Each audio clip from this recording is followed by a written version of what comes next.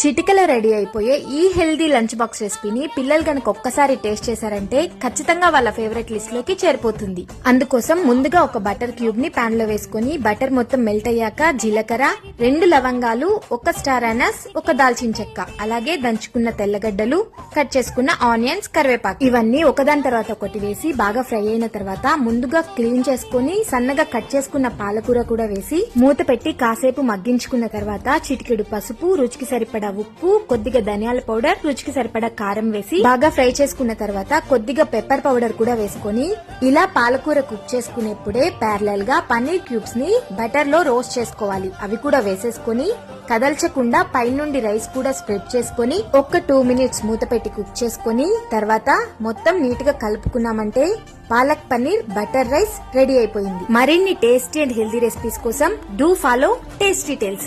Thank you.